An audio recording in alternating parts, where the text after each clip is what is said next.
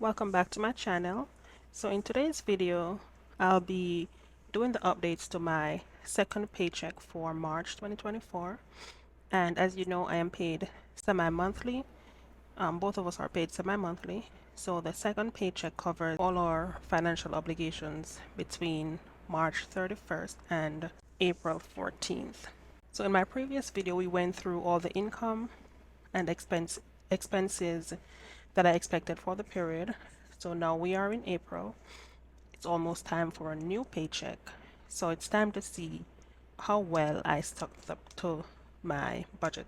Okay, but before I get into the video, I want to share that in recognition of Financial Literacy Month, I'll be doing a personal finance family night. That's just for my family, just a little engagement because I just want to see where we are individually on the topic of personal finance, just so that we can all be in a better place, and specifically so everyone can understand why I am now saying no to a lot of things that I would normally say yes to.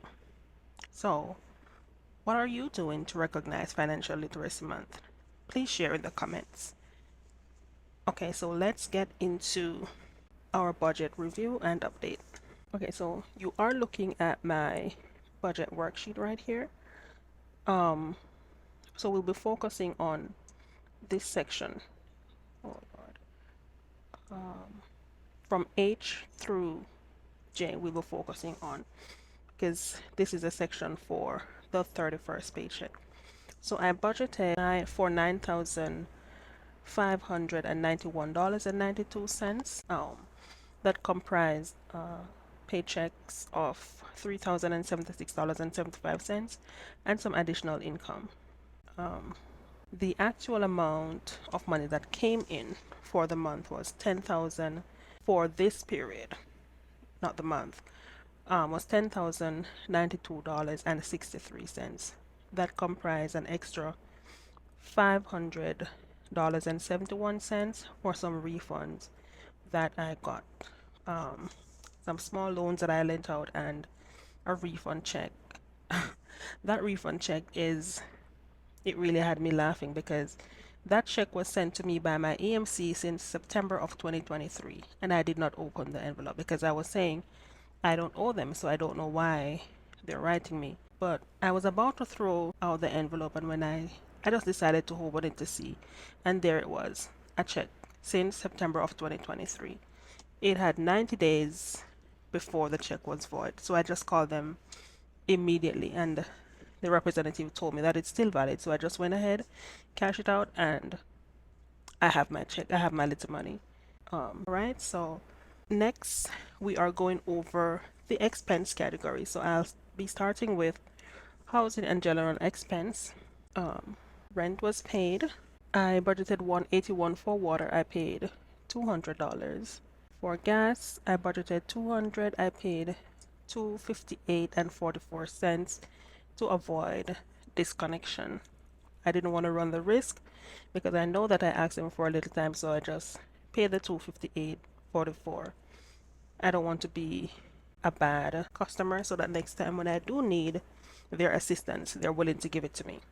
Electricity, I paid the exact amount that I budgeted for, $157.63. For fuel, I budgeted $150. We spent $169.89. I don't know what I am going to do to really come in on point with fuel, but I guess I'll figure it out. I'll figure it out as I go. For groceries and toiletries, I budgeted $120. But with this $120, if you see it's colored blue here, that means some of the refund that I got here came in right here. So $100 I got from my mom to do something specifically for her when I went to the grocery store. So I just paid for everything, and she gave me back the $100 here. So actually, out of the $120 that I budgeted, I spent, let's say, $106 and 10 cents. So even though it's showing that I overspent, I didn't really overspend because I was reimbursed right here. I budgeted for life insurance and I still haven't paid that yet. I don't know why I'm playing with this because I don't want my policy to be cancelled or lapse. So I will take care of this very soon. For unbudgeted expenses, expected expenses, there's always the chance of unexpected expenses popping up. So during this period, right about around about Good Friday, the Thursday before Good Friday, I just wasn't feeling well. So I had to take a couple of days off work as well.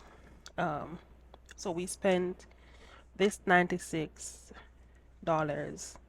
71 cents for eating out. I Even though it put me over my budget, I don't really feel bad because it's not like we eat out a lot. We don't. In fact, we haven't eaten out since January, I would say. So even though it's showing $96.71, it's bad, but I'm not really going to beat myself for that. Okay, so I budgeted $1,973.63 and I spent $2,186.57. Okay, so moving on to the next category, which is going to be savings and investment. There was 5,200 from the other income that went into savings.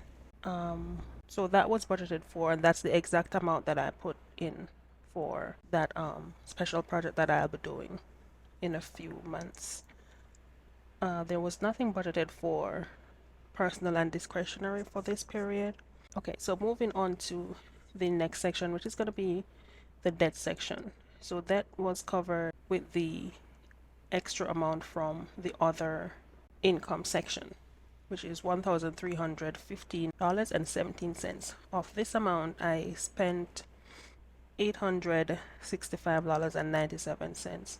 So this is the amount that I should have leave over, but it's going to be short, and I have it specifically to pay a bill. So I definitely have to come up with this, with the extra amount to pay the bill.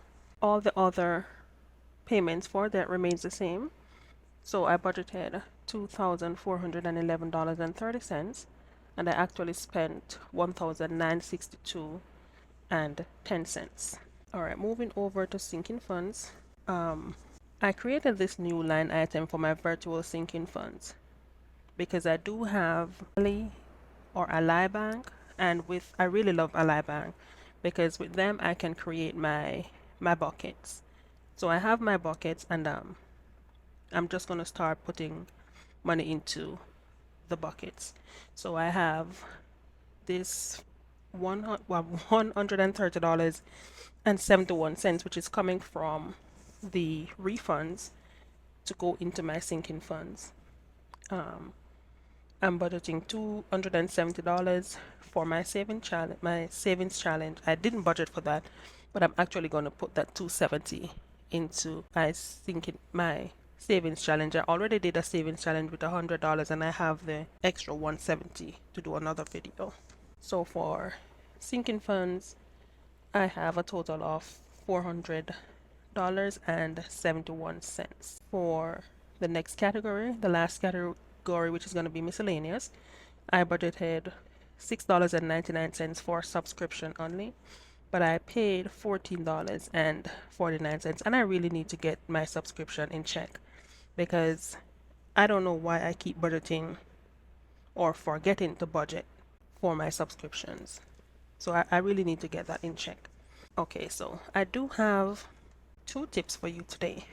And okay, so there you have it. I've reviewed and updated the budget for March 31st through April 14th. I do have a rollover of $328.76. Like I said a while ago, it should have been $449.20. I think it's like about 60. Let me just do a quick calculation here.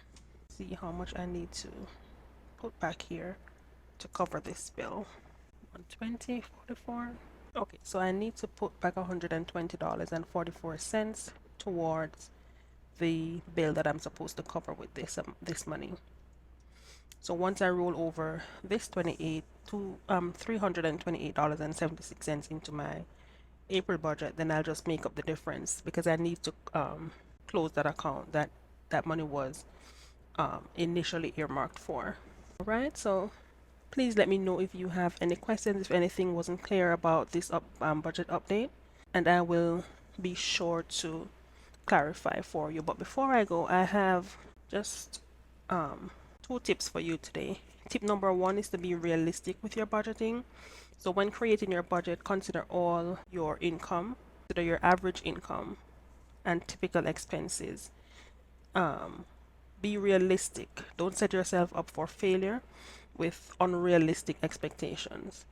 And by that I mean, if you don't have the specific amount of money, let's say you are expecting some money, I wouldn't budget for that money because it's not yet in your hand, so you're not sure if it's going to come through.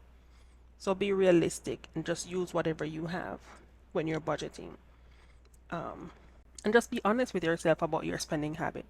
If you tend to eat out a lot, factor that into your budget. And if you do eat out when you didn't budget for it, like I just did, put it in your budget. So that because once you do that, then you're seeing exactly what's going on, where you need to make up or where you need to cut back to facilitate that spending that you just did that you did not budget for. Okay, and tip number two is just don't be afraid to adjust. Remember that your budget is a living document. It's not set in stone. Things will change. Situation changes. So adjust your budget according to whatever changes occur during your budgeting period. Be flexible and be willing to adapt to your budget. It's your budget, so make it work for you. All right? So there you have it, guys. Thank you for joining me for this update. If you are interested in seeing more of my videos, please be sure to subscribe and hit that notification bell. Until the next video, stay happy, stay frugal.